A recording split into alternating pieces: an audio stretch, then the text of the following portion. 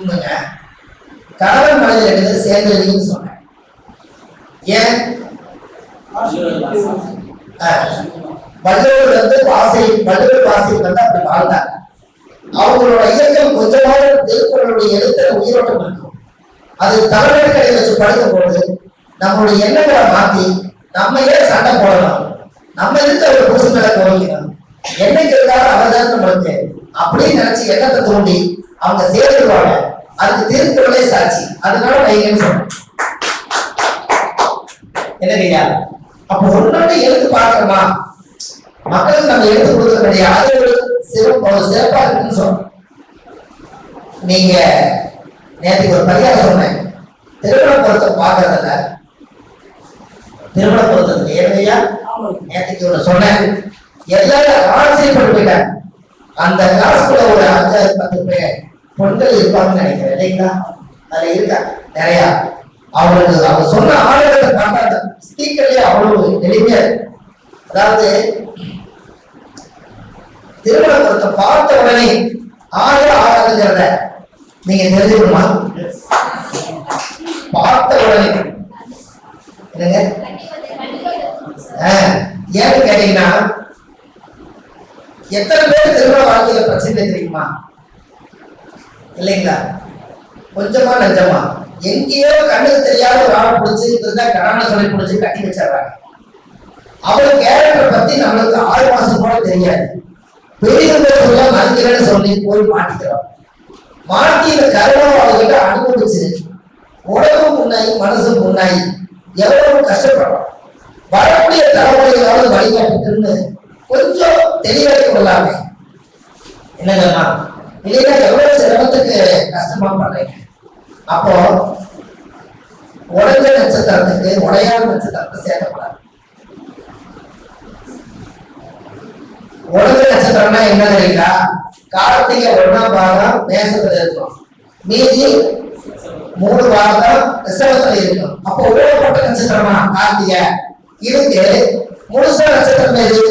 ரோடி அஸ்தம் திருவாங்க வச்சுக்கோங்க. ஆயிரம் கேட்ட ரேவதி இவங்க முழு நட்சத்திரங்கள். ஊழப்பட்ட நட்சத்திரம் எது?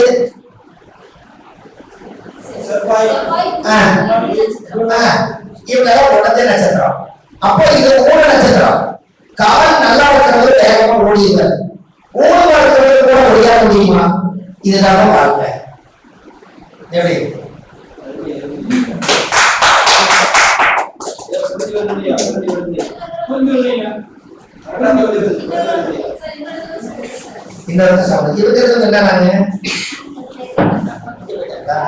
அவங்களுக்கு ஒரு சொல்லணும்ல, ஐயா என்ன நடந்ததுன்னு கேட்பாங்க. நடந்தது என்ன நடந்தது அவங்களுக்கு சொல்லணும். அம்மா, உடஞ்ச நட்சத்திரம் அப்படின்னா அந்த காலற்ற தலையற்ற உடலற்ற நட்சத்திரம் எல்லாமே உடஞ்ச நட்சத்திரம். அப்போ உடஞ்ச நட்சத்திரத்தோட உடஞ்ச நட்சத்திரம் கொஞ்சம் சேர்ந்தா ஊனமா இருக்கிறவனுக்கு இன்னொரு ஊனத்தை கட்டி வச்சா முன்ற கையும் ஊனம் என்ற காலம் ஊனம், மைனஸ் மைனஸ் பிளஸ் ஆயிடும். கரெக்டுங்களா? ஒருத்தர் நல்லா இருக்கும் படிப்புலயே நீங்க நினைச்சு பாருங்க. ஒரு லேடி வந்து நான் PhD முடிச்சிருக்கேன், ஆஃப்டர் நீ 2 டிகிரி உங்க நான் வாழ்ந்துட்டு இருக்கிறேன் பாத்தியா, என்ன சொல்லணும், எங்க அம்மாவை சொல்லணும். அங்கேயே பிரச்சனை. ஏன் நான் பொறுமையாக தெரியுமா? சபை வரைக்கும் பார்த்துக்கிறாங்க. இப்போ அப்ப இதுலயே தெரிஞ்சுங்களா, படிப்புலையும் கூட ரன்னிங்ல 2 பேரும் ஈக்குவலா ஓட முடியல. ஆனா நல்லா படிச்சாங்க, அவங்க படிச்சதுக்கு ஈக்குவலா வாழ்றாங்களே இல்லையோ, ஈக்குவல் கேட்கறாங்களே இல்லையா? இப்ப என்ன நடந்தது உங்களுக்கு தெரியுமா?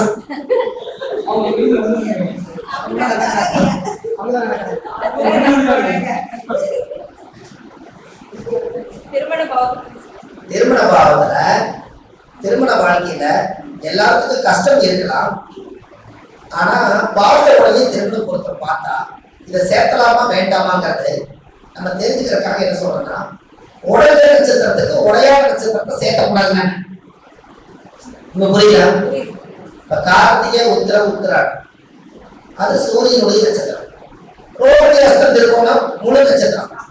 ஆனா கணக்குல பார்த்தா இது சந்திரனோட நட்சத்திரம் சூரியனோட நட்சத்திரம் தான். ஆனா அது கணக்குல வரல. இது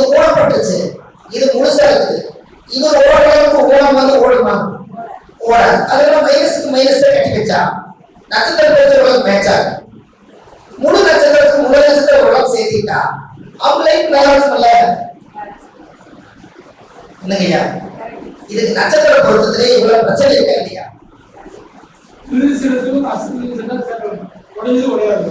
ஆமா சரி,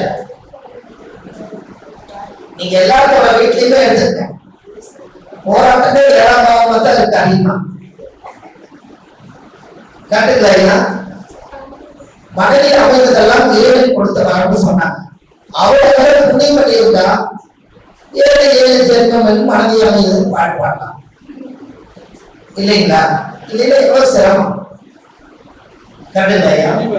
அப்போ நம்மளோட ஜாதகத்துல 7ஆம் பாவம் நல்லா இருக்கிறதுக்கு போன ஜென்மத்துல மனைவிய ஆண்கள் வறுத்தெடுக்காம ரகம் பண்ணாம அடிதடி பண்ணாம அவங்க ஓரளவுக்காவது மனசு நெருப்பு இல்லாம போன பிறவியில அவங்க ஜோடியா வாழ்ந்திருந்தால் இந்த பிறவியில அவங்க நினைச்ச மாதிரி வாழ்க்கை கிடைக்கும். இந்த பிறவியில இப்ப நீங்க மனைவிக்கு கூட்டிட்டு வந்து டைவர்ஸ் பண்ணாம கட்டிட்டு வந்துட்டான், கடைசி காலத்துல கர்மாவை அனுபவிச்சுட்டு ஆகணும். இருக்க வரைக்கும் உயிர் வாழ்ந்து இந்த ஜென்மத்துக்கு சோறு போட்டா அடுத்த பிறவில நீங்க நினைச்ச மாதிரி மனைவியா. இதே மாதிரிதான் பெண்ணுக்கும். நீங்க போன ஜென்மத்துல ஏதாவது ஒரு அறியாத வயசுல ஒரு தெரியாத ஒரு பாவம் பண்ணியிருந்தால் இந்த ஜென்மத்துல கணவனுக்கு பதில் சொல்ல முடியாம நிம்மதி கெட்டு வாழும். இது எல்லாம் தான் முப்பிறவி கர்மான்னு சொல்லுது. இதெல்லாம் முப்பிறவி கர்மா. நான் உடனே மானத்திலிருந்து குதிச்சிருக்க மாட்டேன். என்னை பெற்றவங்க அம்மா அப்பா. ஆனா போன பிறகு எனக்கு ஒரு தாய் தந்தை இருந்திருப்பாங்க. ஆனா இந்த ஆன்மா வந்து இந்த ஜென்மத்துல என்னோட அம்மா கிட்ட இருந்திருக்கலாம். போன ஜென்மத்துல நான் என்ன பாவம் பதிவுல பூர்வ ஜென்ம கர்மவினையோட நான் இருக்கிறனோ அதுதான் அடுத்த பிறகு. இப்ப நீங்க நல்லா யோசிங்க. நான் கோயில் கட்டி வைக்கிறேன், கும்பாபிஷேகம் பண்றேன், அன்னதானங்கள் நிறைய பண்றேன், ஜோதிடர்கள் மக்களுக்கு ஏதோ விஷயம் தெரிஞ்சு சொல்லி கொடுக்குறேன். இதெல்லாம் பிரபஞ்சம் பார்த்துட்டு இருக்கோம். அடுத்த பிறவியில இந்த சுபமாரியத்துக்கு என்ன பிறவி கொடுக்கலாம் அப்படின்னு நான் முடிவு பண்ண முடியாது. நம்மளை படைச்ச இறைவன் தான் முடிவு பண்ணணும். அப்ப இந்த ஜென்மத்திலேயே பாவம் பண்ணக்கூடாதுன்றதுக்கு வள்ளையாக எடுத்துக்காட்டி மரத்தில் இருக்கக்கூடிய பழம் உதுந்த பழத்தை சாப்பிடுங்க, மரத்துல இருந்து புடிங்கி சாப்பிட்டா மரத்துக்கு பழகின்னு சொன்னாங்க. இப்ப சொல்லுங்க, பொண்டாட்டி அடிக்கலாமா புதுசு அடிக்கலாமா? கரெக்டுங்களா? அவ்வளவு மரத்துல இருக்கிற பழத்தை கொடுத்தனாலே மரத்துக்கு கிடைக்குமா?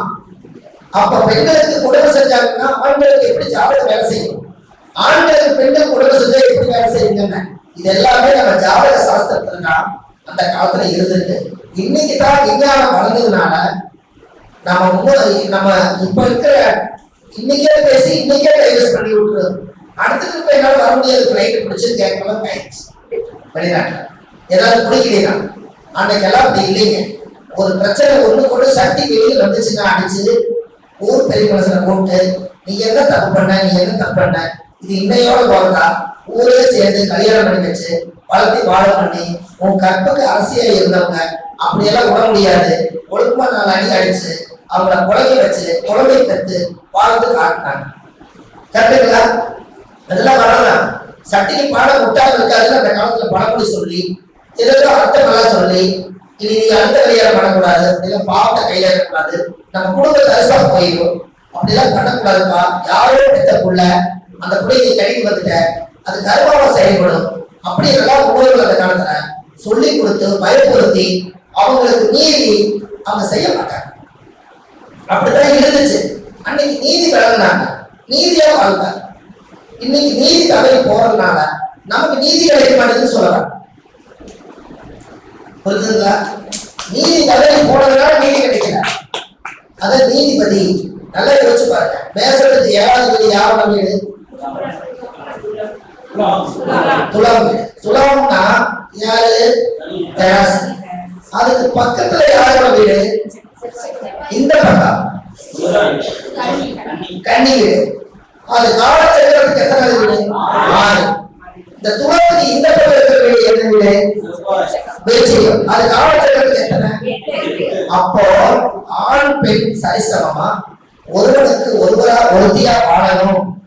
கன்னி என்பது பெண்கள், அதிகமான முறையில உறவுகள் வைத்தால் கடுமையான நோயை சந்திச்சா மரணத்துக்கு போயிருக்காக அந்த காலத்துல செய்யறாங்க இல்லையா? ஒரு பெண்ணோட சாவகாசம் 6ஆம் பாவம் சண்டை வழக்குல போய் முடியும், கடைசியில் அதிகமா ஈடுபட்ட நோய்க்கு முடியும், நோய் முத்தி போனா மரணத்துக்கு போயிருவேன். இந்த ரெண்டுக்கு சென்டர்ல தெரஸ் முள்ளு மாதிரி நீ வாழ்க்கை இருக்கிறாங்க. 7ஆம் பாவம் அங்கீகாரம் வச்சாங்க. எப்படி இப்ப உங்களுக்கு புரியுதா? எல்லாமே ஜோசிக்குள்ள கிடக்குது, வேற எங்கேயும் இல்லை. இதெல்லாம் காலச்சக்கரத்தினுடைய ஆதிகார பரிகாரம் பண்ணலாம். எனக்கு என்னன்னா அந்த ஆண்டவர் அந்த பெத்த தாயை அனுபவத்தை கொடுத்ததுனால இவ்வளவு என்னால பேச முடியுது. இன்னொரு 10 வருஷம் போனா என்னால பேச முடியுங்களா? வயசு தளர்வது என்ன ஆகும்? தொண்டை, முடி, உடம்பு எல்லாமே நலிந்துரும். அப்ப என்கிட்ட மைக்கு கொடுத்தா இவ்வளவு எனர்ஜியோட பேச முடியாது. ஆனா இன்னைக்கு சொல்ற வேத வாக்கு ஒரு காலத்துல 10 வருஷத்துக்கு அப்புறம் அவர் நல்ல சொல்லி கொடுத்து போனாருன்னு ரெக்கார்டு இருக்கும். இது போல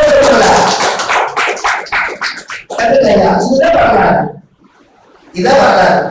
அப்போ அந்த கர்மா கூட ஆண் பெண்ணுக்கு கூட நீதி தவறி வாழ்றதுக்கு கூட காலச்சக்கரத்துல மறைமுகமா எடுத்துக்காட்டா அது கர்மாவும் வாங்காளிங்கிற காலத்தை சனி பகவான உச்சகம் வச்சிருக்காங்க. கர்மகாரன் யார்? சனி பகவான். இந்த ஜென்மத்துல மனைவி நோயாளியே கல்யாணம் பண்ணிட்டாலும் தெரியாம நான் நோயாளியாக கல்யாணம் பண்ணிட்டு நினைக்காதீங்க. ஆல்ரெடி போன ஜென்மத்துல நோய்க்கு தம்மாவுக்கு மருந்துகளை கொடுக்குறாரு. அதனால கல்யாணம் பண்ணி இவங்க வீட்டுக்கு வந்ததுக்கு நோய் முத்திடு கடைசியில காக்கா உட்கார்ந்து பணம் பண்றது கோப்பு. இவங்க நோயாளி தெரியாம கட்டி வச்சாங்க. ஆல்ரெடி போன ஜென்மத்துல நோய்க்கு குணமாகல. இந்த திருப்பாவது அதே வந்து நோய்க்கு மருந்தை போட்டு நோயாளி உட்கார்ந்துட்டு இருந்தேன். அப்ப பிறகு கர்மம் விடுமா? இதான் ஊழ்வினை கர்மம். அதனாலதான் இந்த முடக்கு ராசி நீங்க எடுக்கும் போது சூரியன் என்ற நட்சத்திரத்துக்கு அந்த ராசி முடங்கி போகும். அப்படிதானே? அப்போ என் ஜாதகத்துல சூரியன் என்ற நட்சத்திரம் மேசம் அஸ்வினியில எனக்கு இருக்குது. அப்ப அஸ்வினி நட்சத்திரம் எனக்கு முடக்கா இருந்தா போன